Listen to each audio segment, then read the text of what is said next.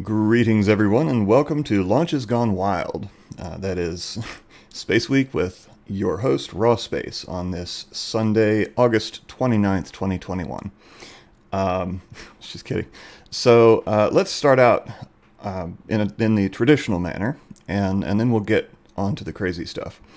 First of all, if you have any questions, please go ahead and ask them in the chat. And make sure to tag my name at rawspace. That way we're sure to see the questions, which will be compiled, and I will address them at the end. So, starting out, let's see here. Last Monday, there were two Chinese launches. First, a Long March 2C launched from Jiuquan Satellite Launch Center in the Gobi Desert of northwest China, with 3 internet communication test satellites.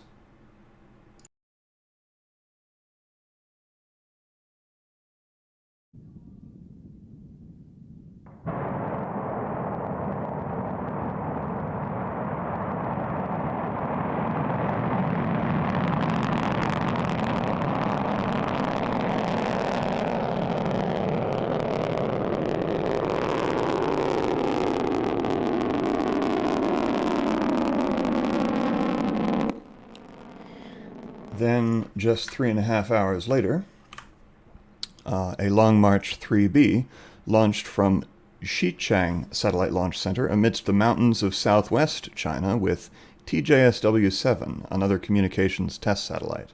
They've been launching a lot of those lately.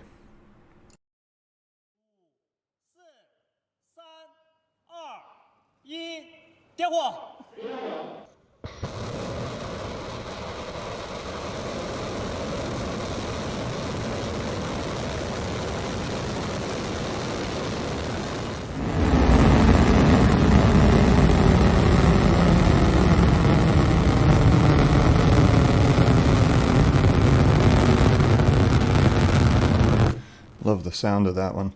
I've wondered, since most launch sites in the world are either in very flat areas and or on the coast, Xichang is sort of distinctive in that it's amongst a bunch of mountains. I've wondered what kind of sound dynamics there might be in launches from that site, you know, echoing off the mountains.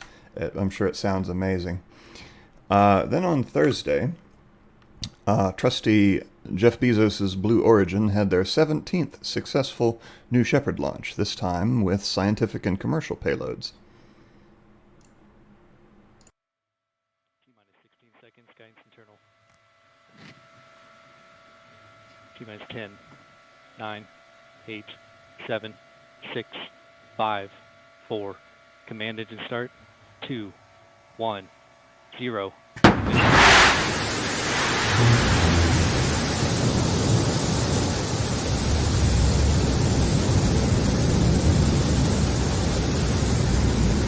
And liftoff from West Texas. Mission Control has confirmed New Shepard has cleared the tower on her way to space. Now, I love those drone shots from Blue Origin. Now, somebody in one of the streams, I think it was last night's launch, asked why they don't have drone cam views of all launches, because they do really look nice.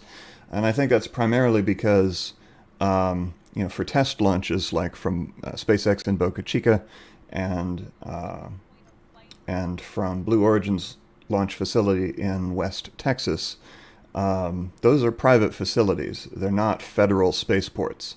And so they can pretty much fly whatever they want around there. You know, launches from Kennedy Space Center, from Cape Canaveral, from Vandenberg Air Force Base, and most other launch sites around the world, those are government installations. And there are severe restrictions as to what you can fly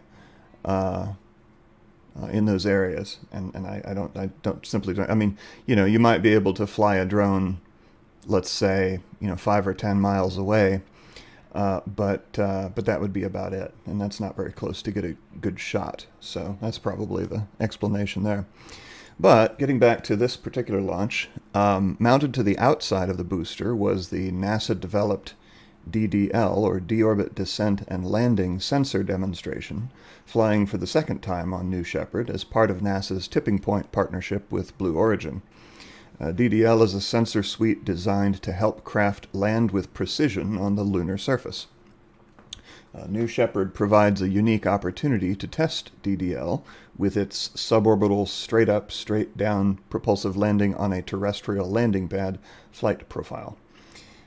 As I mentioned last week, there was also an art installation on this flight, a triptych of portraits painted on the parachute cover panels by Ghanaian artist Amoako Boafo.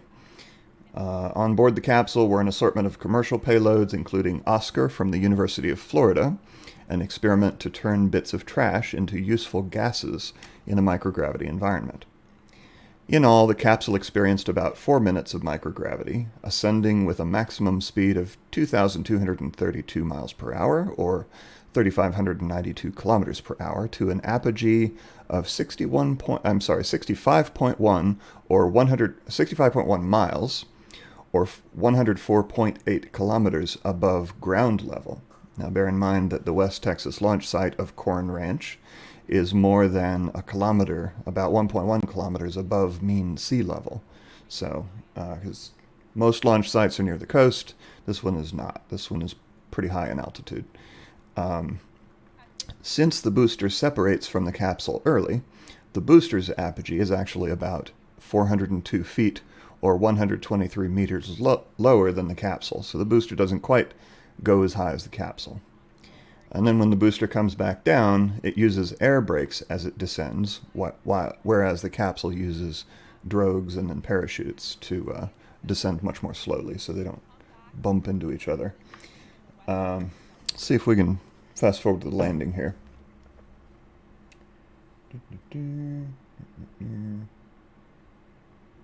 Engine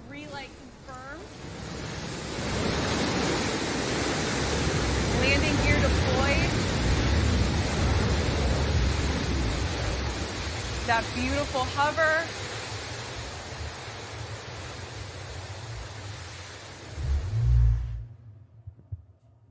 And booster touchdown, look at that, just like she was landing on the moon. Hopefully those just like she was landing on the moon. That comment got quite a few responses from people. Anyway, I love that New Shepard hover as it lands. That's possible because because of the thrust to weight ratio of the BE3 engine, the throttle ability, and the fuel reserves. Whereas a Falcon 9 first stage booster performs a hover slam maneuver in order to not only maximize fuel consumption, but also because they actually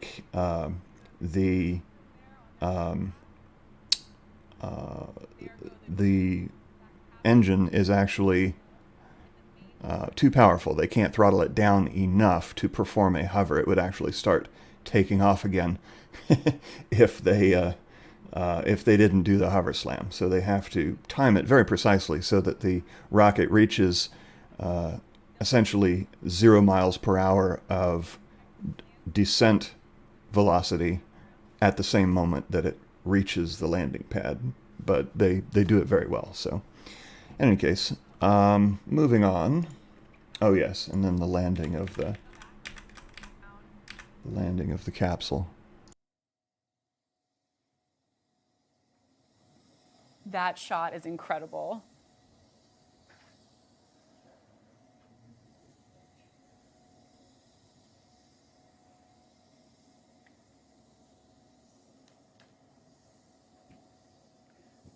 "200 feet from the surface."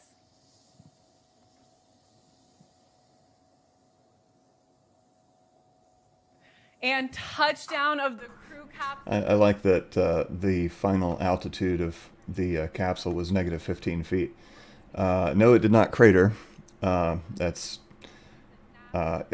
presuming either due to a difference in terrain between the launch pad and the landing site, or perhaps a miscalculation based on mean sea level. I'm not sure, but it's still, it makes me lol. Okay, now on to Astra Space, the news of the week. So on Friday, Astra Space almost launched their Rocket 3.3, also called LV0006, in the Alameda, California-based company's third attempt to reach orbit, although their launch site is on Kodiak Island, Alaska, a fair distance from California. However, at T-minus 0 seconds, even as the engines began to ignite, the guidance computer signaled an abort condition and automatically shut down the rocket. Let's check that out. 15.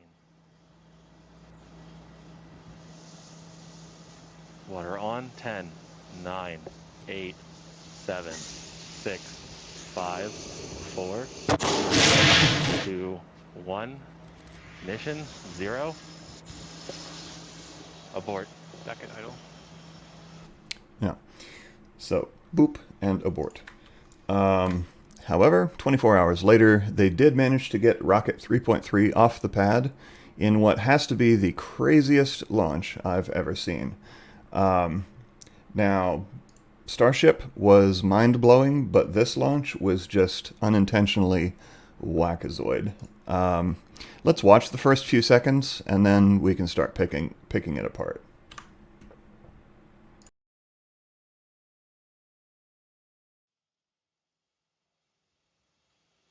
15. 10 seconds. Water system on. 8, 7, 6, 5, 4, 3, 2, 1. Ignition. 0. First motion. First motion.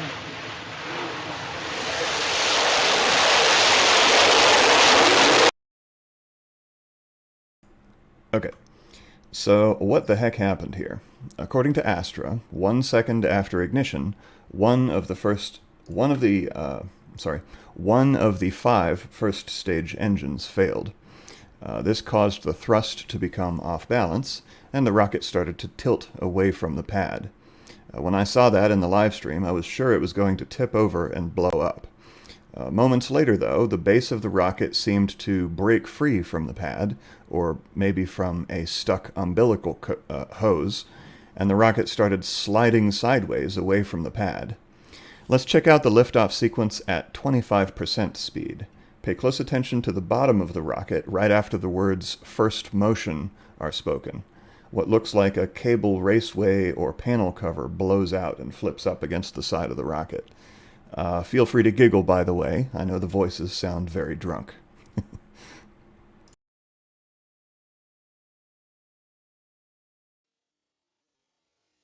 Five, four, three, two, one. Ignition. 0. First motion. First motion.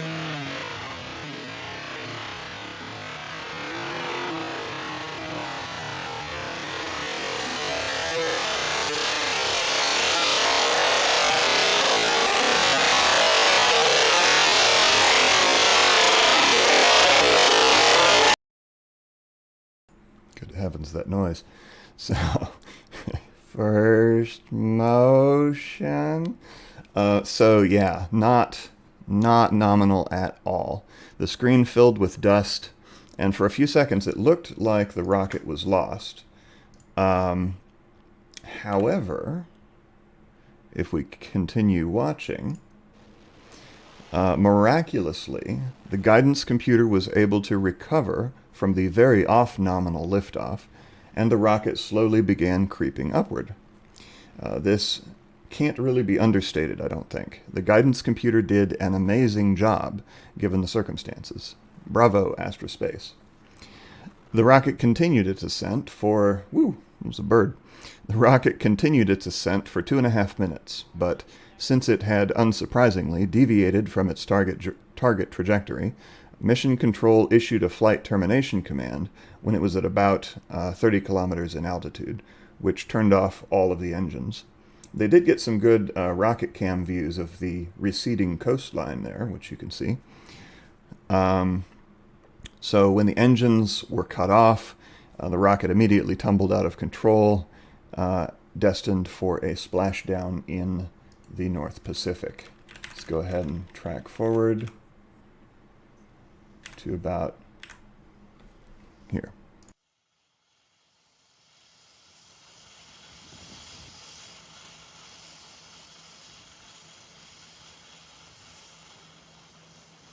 Vehicle is passing through max Q. Terminate send. And you heard the call out there, terminate send. So the Astra flight termination system consisted of basically killing the engines, not blowing the rocket up, but just killing the propulsion, so that it would then proceed on a ballistic trajectory to a impact with the ocean. And at the end there, you saw, I think it was the same flap that we saw blow out at the launch, sort of flip up and flap in the breeze there, because they are still in atmosphere. This is Terminate send. 34 kilometers here. It reached a maximum altitude of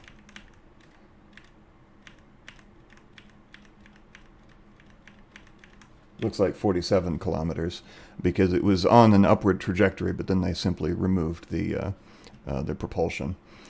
But so if we look at where it ended up,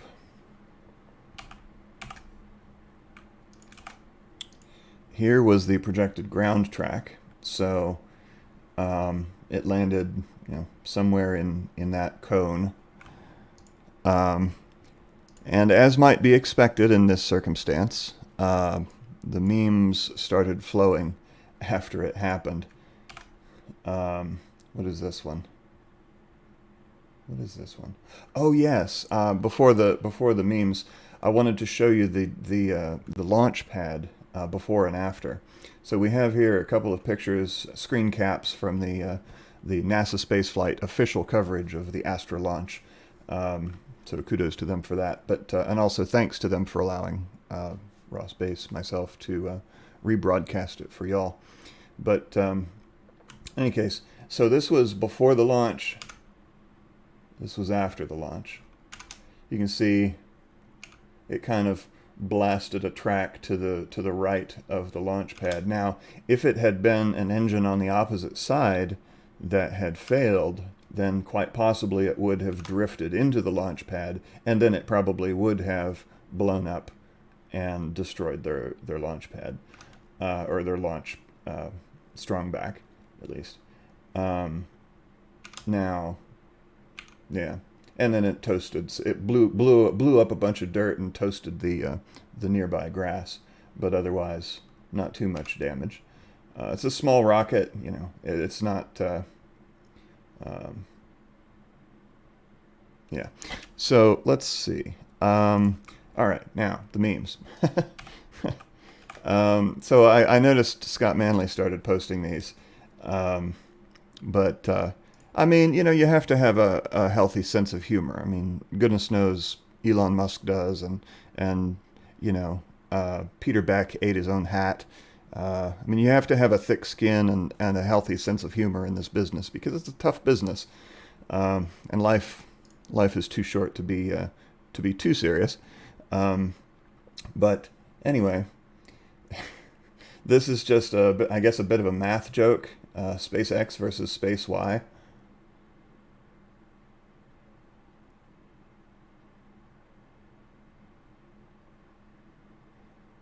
Space Y jokes, and then a little Homer Simpson hiding in the bushes. I'm sure that a lot more of these will come out in the days or in the hours and days to come, but and then this one may be a little loud. Apologies if the volume is you know what? Let me just duck that volume down a little bit here.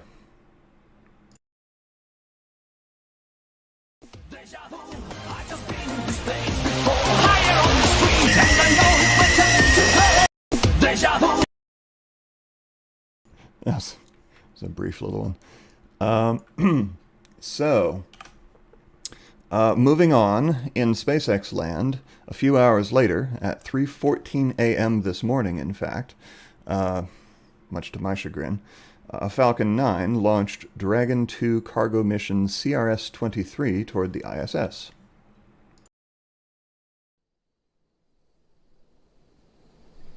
Ten, 9, 8, 7, 6, 5, 4, 3, 2, 1, 0. Ignition and liftoff. Cargo Dragon takes flight, continuing a busy year of deliveries to a crew of 7 aboard the International Space Station.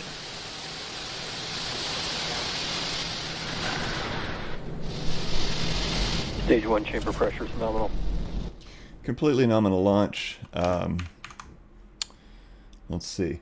So, completely nominal launch, but noteworthy, particularly because this was SpaceX's inaugural mission for their brand new drone ship called a Shortfall of Gravitas, or Gravitas, which is looking nice and shiny new compared with their traditional drone ships. Of course, I Still Love You, and just read the instructions, which are all blasted with, you know, and beat up from having been used so many times.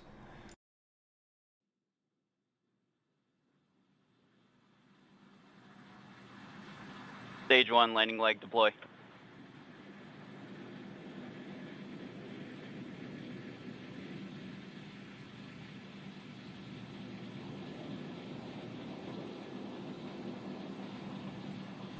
A little bit of messy video there, but it did get landed successfully.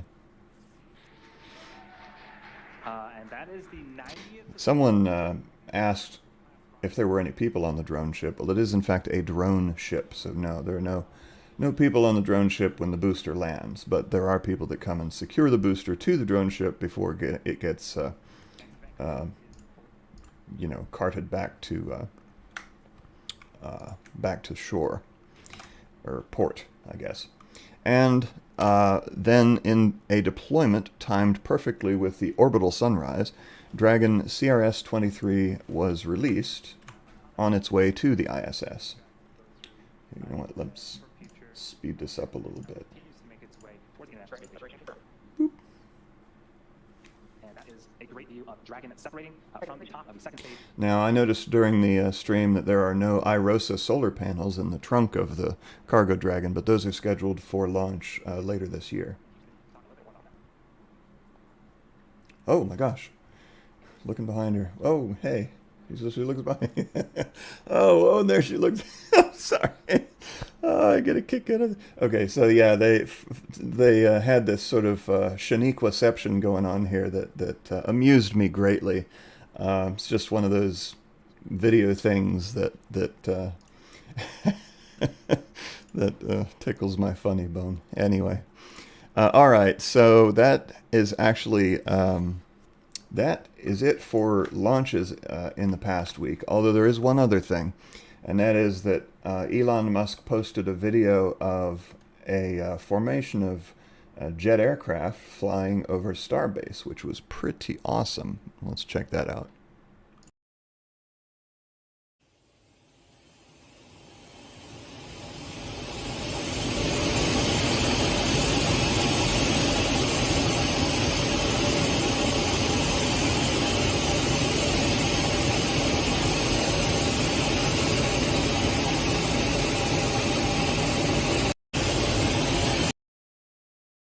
Very cool.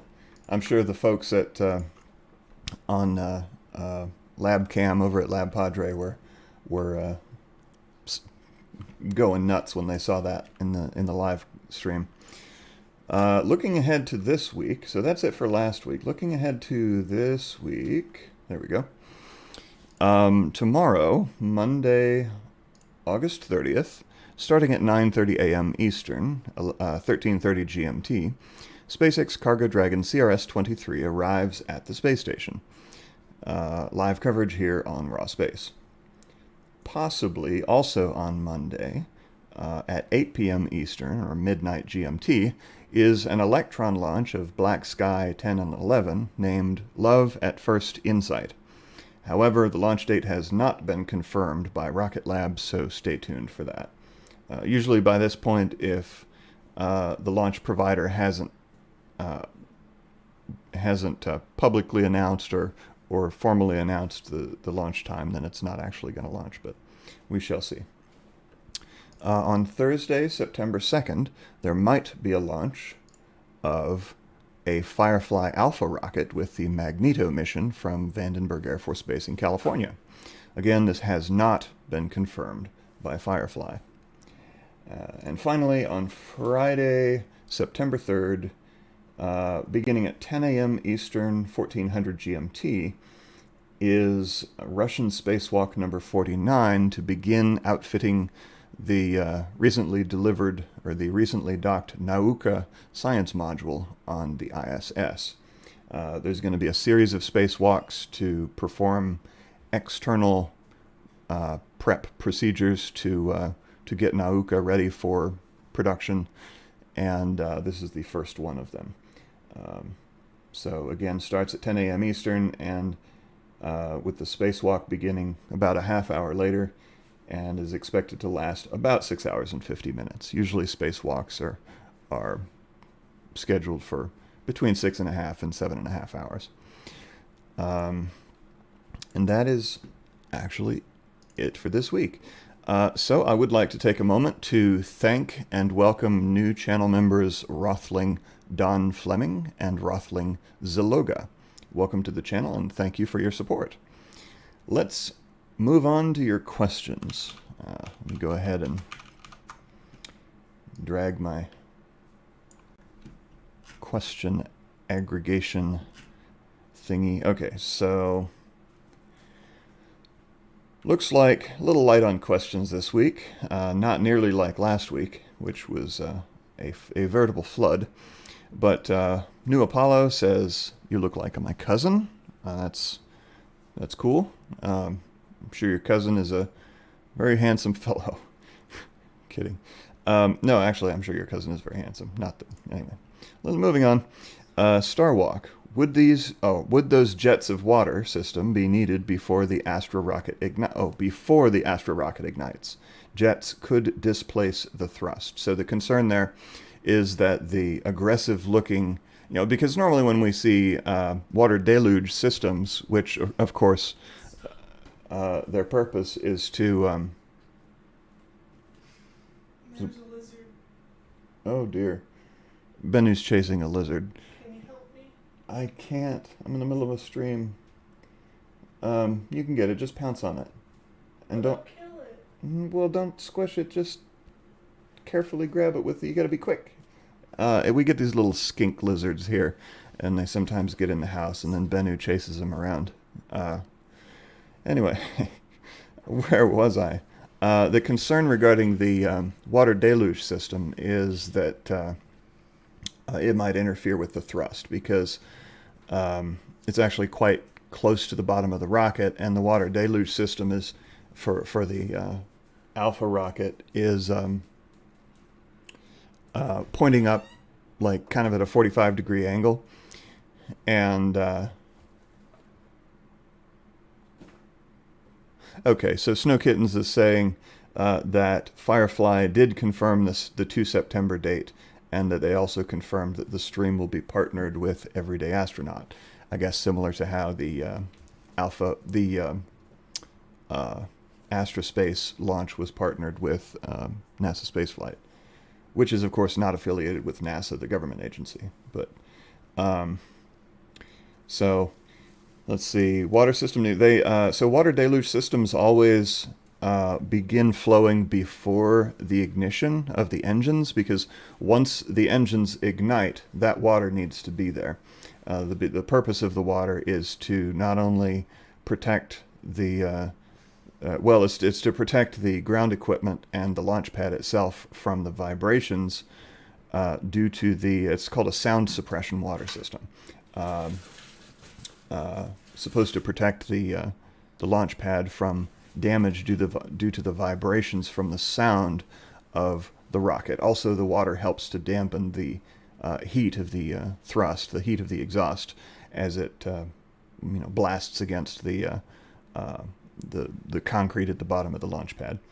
But in any case, Starwalk, could mission control put the rocket on the correct trajectory? So rockets are not like airplanes. You can't just make corrections mid-flight. If you're on the wrong trajectory, then it's very difficult to recover from that. It's amazing that the Astra rocket was able to at least regain attitude control and begin its ascent, but having had such a crazy liftoff, it was basically destined for failure ever since it started tipping from the launch pad at liftoff. So no, it's not really possible. Now, with a craft like Starship, which is designed to be able to do all sorts of more advanced maneuvers, from belly flops to hovering to whatever, it might be more feasible to make more dramatic trajectory corrections mid-flight. But for sort of normal rockets, it's not really possible. K-Bear says, so they thought this type of launch was possible. I'm not sure what you mean there. If you could perhaps clarify what you mean by this type of launch. Rockin' Robbins 13 thinks that Raw Space has it correct. It's like a Model T horn Auga. Oh, Nauka. in a Model T horn Auga with an N on the front. It is Nauka. Yeah, that is the correct pronunciation. It is not. What did the NASA guy call it? Not. I don't even remember how he pronounced it, but in any case, Nauka is the correct pronunciation. Mark Desert. Any chances Hurricane Ida or its future remnants will come your way? How is life in Tornado Alley? So I'm nowhere near Tornado Alley, but it being in Charlotte, North Carolina. But it is always possible that hurricane remnants might come this way, in which case, now I haven't looked at the weather patterns to see where it's projected to end up, but I'm pretty far inland, and Ida is coming ashore, or has come ashore, in Louisiana. I believe is a Category 4, which is a big deal. But hurricane remnants can still cause a lot of mainly rain issues, precipitation, very far inland. And but if it happens to come this way, we'll have some rain, and I'm not expecting much more than that. I have experienced one actual hurricane, although by the time it reached us, I lived in Raleigh at the time. This was in 2003. It was Hurricane Isabel. And by the time it reached us, I think it was either a tropical storm or even a tropical depression. But it was very windy, a little bit scary, and pretty wet. The wind was driving the rain like underneath our door, through the cracks of our door. And the trees were waving all over the place. It was disconcerting because it was my first sort of. I got it in a cup. You got it in a cup? Okay, don't drop the cup. Okay, let it loose outside. Oh, he's jumping. He's mad. Little skink is jumping in a cup. All right. Okay, K-Bear was referring to the Astra rocket. So, let's see. Moving on. MVM Motovlog Music. What technology is used to make the flight termination system so trustworthy? Well, I mean, radio transmitters and receivers. Because the flight termination system is intended to allow mission control to terminate the launch under essentially any potential condition. So if an engine blew up, or the rocket was like, let's say an engine blew up and the rocket was flying sideways in totally the wrong direction, they should be able to issue their flight termination command. Now, in the case of a Falcon 9, the FTS, or the flight termination system, actually explodes the rocket. It detonates the fuel, I presume, and blows up the rocket. In the case of Astra Space's Rocket 3, it extinguishes the engines so that they stop thrusting, and the rocket just tumbles and falls in the water. But the intention of the SpaceX system is to ensure that there is not a large rocket full of thousands of pounds of fuel that impacts the ground. Whereas, in the case of Astra Space, it's a much smaller rocket. Instead of being the height of a 27-story building, it's only the height of a 4-story building. And hey, Benio. Hey, Benio. Okay, put him down. He doesn't want to be held. They may enhance their FTS with some sort of explosive capability or fuel detonating capability later on. But it's a small rocket intended for small payloads in primarily polar or very high inclination or sun-synchronous orbits.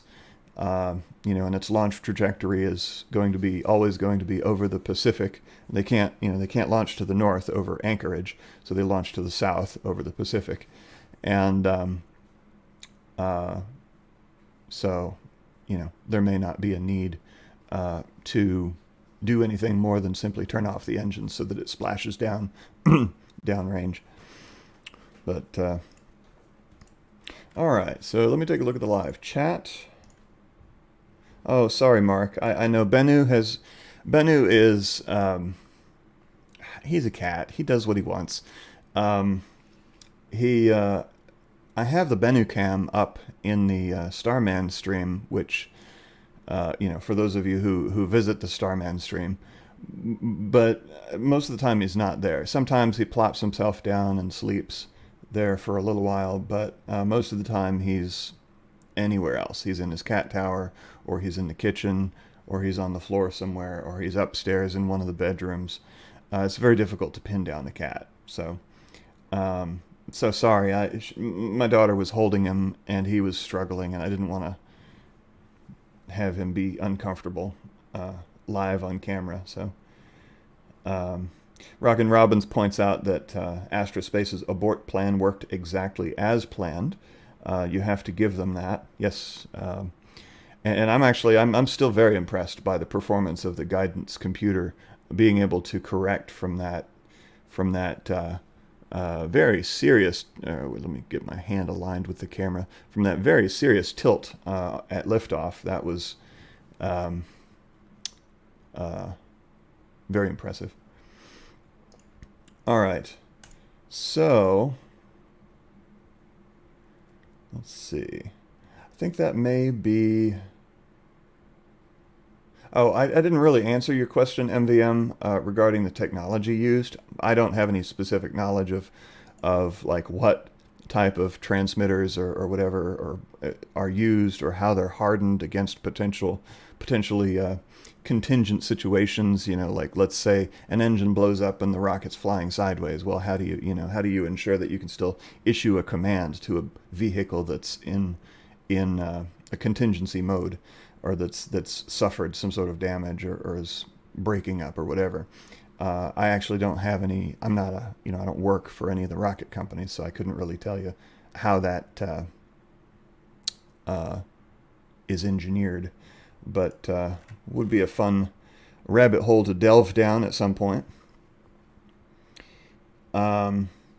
So somebody mentioned something, and I'm not wearing a space shirt today, but I've got my meh shirt on, which is one of my favorites. It's kind of an attitude to live by. So Rick Wright asks, why did the rocket go sideways? So the investigation and analysis by Astra Space and maybe the FAA will determine, or will attempt to determine exactly what happened. But what has been stated is that one of the 5, 1 second after ignition, one of the 5 engines failed, and obviously the guidance computer was able to stabilize the rocket and continue ascending. And then, because it had deviated from its target trajectory at an altitude of about 30 kilometers, mission controllers issued the flight termination command, which cut off the engines, causing it to tumble out of control. As for why it went sideways, because one of the 5 engines went out, that caused the thrust to become uneven. And so my guess is that the engine, so here, this hand with jazz fingers is the strong back, is the launch vertical whatever structure. This hand with these jazz fingers is the rocket. So at liftoff, my guess is that it was the so I guess on your screen this would be the left. That's the left side, right? Yeah, that's my right side. It's your left side. Would be the left engine that went out, because that would have caused the thrust to become uneven. There would be less thrust on this side, and so the rocket actually began to tilt away from the launch pad, or the strong back. That's my guess. And there also was something going on at the bottom of the rocket that caused that panel cover, or whatever that was, to sort of blow out and flip up against the side of the rocket. It could have been that the bottom of the rocket was actually impacting the launch pad, perhaps, or it could have been that an umbilical hose was still stuck to the rocket and that it broke free as the rocket tilted away. Not exactly sure. Again, Astra Space and the FAA will figure out exactly what happened. But anyway, so as the rocket tilted away from the pad, that was primarily as a result of the unbalanced thrust from the one engine that had gone out, and it looked like the bottom of the rocket sort of broke free from the launch pad because it came over pretty quickly into a vertical position and then started doing its power slide or Astra shuffle or Kodiak drift or whatever you want to call it to the right, and so if it was a stuck umbilical hose that was still attached to the rocket, that broke free, causing that panel to flip up, at that point, or maybe it was simply the guidance computer detecting the wildly off attitude and then gimbaling the engines to perform a corrective maneuver to get it vertical again. In any case, once it got vertical, it still had its sideways momentum, but the guidance computer was nonetheless and amazingly able to get the rocket to begin ascending, even though it was sort of still sliding to the side. It was really a fascinating liftoff to watch. And even though they didn't get their payload to orbit, which, by the way, was a test payload for the U.S. Space Force, it was not going to be deployed from the rocket, but they were going to simulate the deployment. The intention was to gather data about the stresses, the acceleration, the vibrations, etc., that would be experienced by payloads on the Rocket 3 to inform future potential Space Force missions. But in any case, anything else?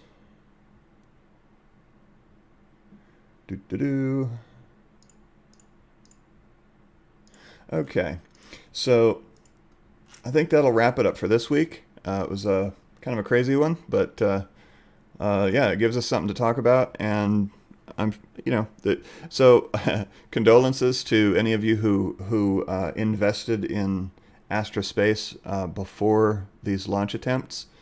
I know the stock has taken a hit. They had their IPO in July, and the stock probably is taking a good tumble at this point, or once markets open anyway on Monday. But they're not out. They had a setback, and they will analyze it, and I'm sure that they'll make whatever corrections are necessary and then move on. So hopefully next time around they will achieve orbit, and then they'll be, as Jack Horkheimer and Neil deGrasse Tyson love to say, keep looking up, which I'm sure they will do. So Aben Waterman says it's a good thing they left the gate open, or it would have tipped over the fence and done a real hover slam.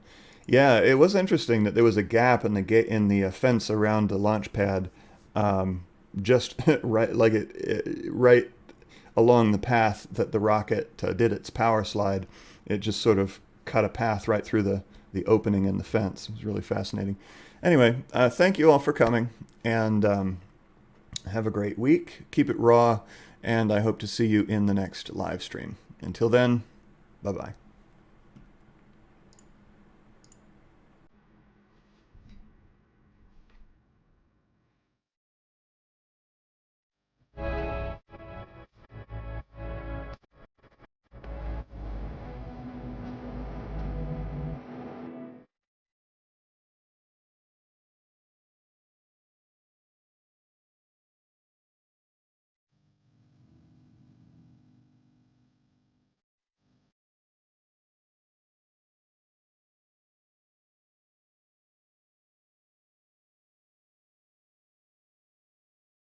Bye.